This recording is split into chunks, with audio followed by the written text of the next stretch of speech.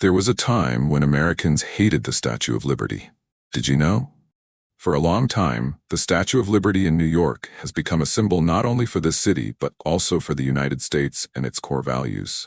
It is no coincidence that when we search for any video related to the land of the stars and stripes, there is a 90% chance that we will see the image of this eye-catching blue bronze statue. However, in March 2025, the statue became a topic of controversy when a French senator blurted out that the United States must return it to its creators. And of course, the U.S. answer to the negotiation is no.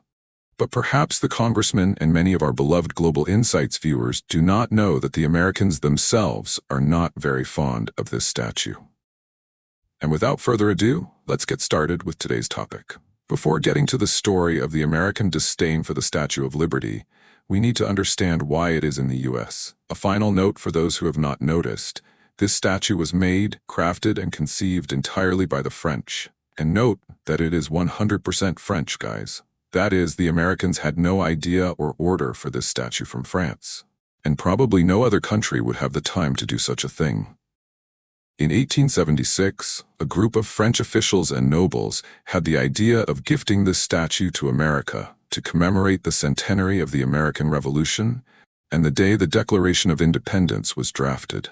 It would also be timed to coincide with the 1876 World's Fair in the United States. It would be like killing two birds with one stone.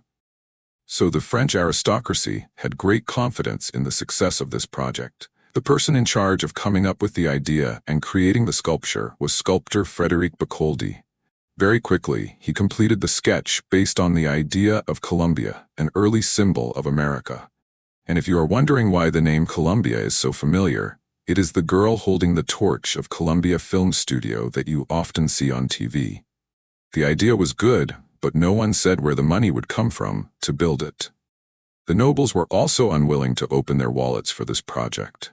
So Bacholdy and the statue's creator, Helena Bowley, went to solicit funding. At first, they also encountered a lot of opposition, especially from the royalists, who thought that the Americans did not help France in the French War, but France had just lost miserably and was about to lose Paris. However, Kennedy was a very smart person. He used the story of the Panama Canal being built to attract funding from many French companies and corporations in exchange for preferential treatment when using this canal. And so he was able to bribe and even received the necessary copper for free to make the statue. Now it was up to Bacholdy to craft it. Of course, with its size of 46 meters, it was almost impossible to transport.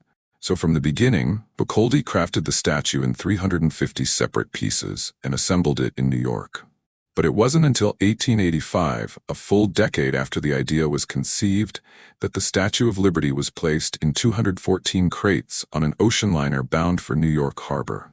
And now comes the truly interesting story of its American reception, which was already funny to begin with, even before it arrived.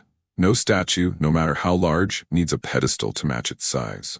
Notice how no statue is left on the ground. All of them, if they were to last, needed a solid pedestal. And it was then that people realized that the French were only concerned with making the statue and shipping it to New York. The Americans would take care of the rest. From the labor cost to assemble the statue to the pedestal to the land where the statue would be placed. And so for a whole year before the statue arrived, people had to run around asking for investment money from the $3,000 capital of the New York City Council.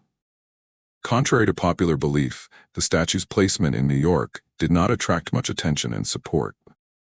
Even New York Governor Grover Cleveland vetoed a bill that would have provided $50,000 in funding for the project.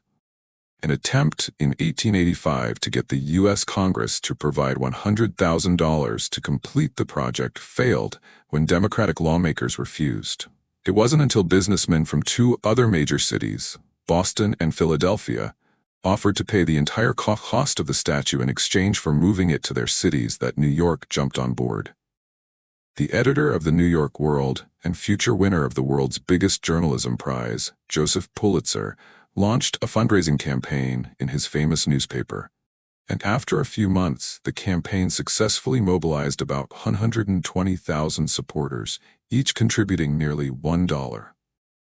The total figure may not seem like much now, but don't forget that these were $1885. The final estimate of $280,000, including the cost of the pedestal and labor, would add up to $7.3 million in today's dollars. But the Statue of Liberty's dedication still generated a lot of curiosity. According to the estimate, there were from several 100,000 to 1 million people who witnessed the parade that day. It can be said that it was also a unique historical event for the city nicknamed the Big Apple. However, after that, the statue's miserable fate also began. Before the dedication on October 28, 1886, the construction team also installed floodlights to turn the Statue of Liberty into a beautiful lighthouse. Unfortunately, this interesting idea was not very practical because the complex design inside the statue limited the ability to maintain the lights. Major newspapers in New York at that time described it as more like a firefly than a lighthouse. This has made the statue not only fail to develop its ideas, but also caused several ferry accidents in the bay when trying to use its dim light signals. Just put into use, but the disadvantages outweigh the advantages.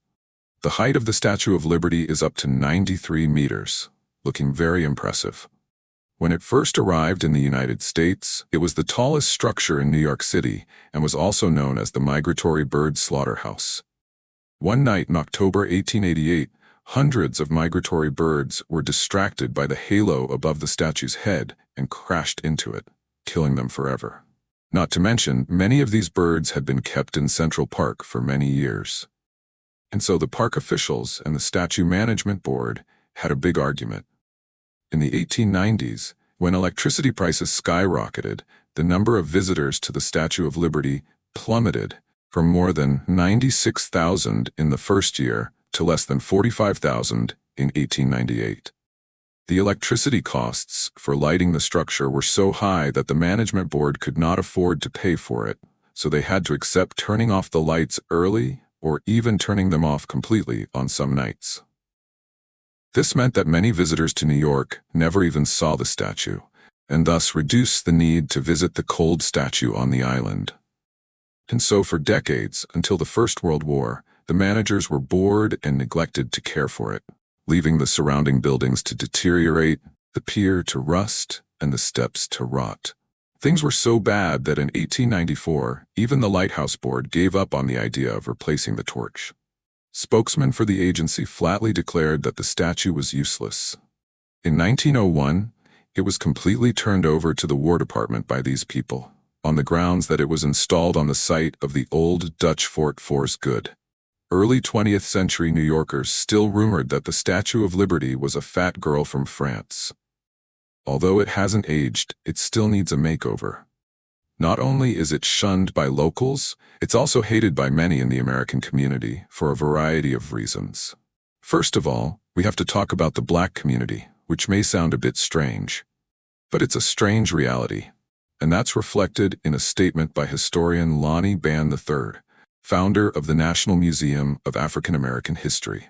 He writes that while many people are excited about the statue, it's actually turning its back on America. New immigrants from Europe were always considered Black Americans. America's warm welcome to foreigners and the pot metaphor that the statue symbolizes seem to exclude African Americans, whose history includes centuries of slavery on this land. Simply put, Black people who have lived in America for hundreds of years still see the Statue of Liberty as a sham of what the government calls a welcoming land. The statue only welcomes immigrants with better backgrounds, wealthier, more educated people, instead of those who have worked the hardest for this society. Not only Black people, but many other classes also have negative views about this statue. However, there are many ironies associated with this statue. Liberty was described by Karl Marx as a woman, and yet it was set in a country where women did not have the right to vote. And the irony was not over. In 1882, the United States passed the Chinese Exclusion Act, a blatantly racist law.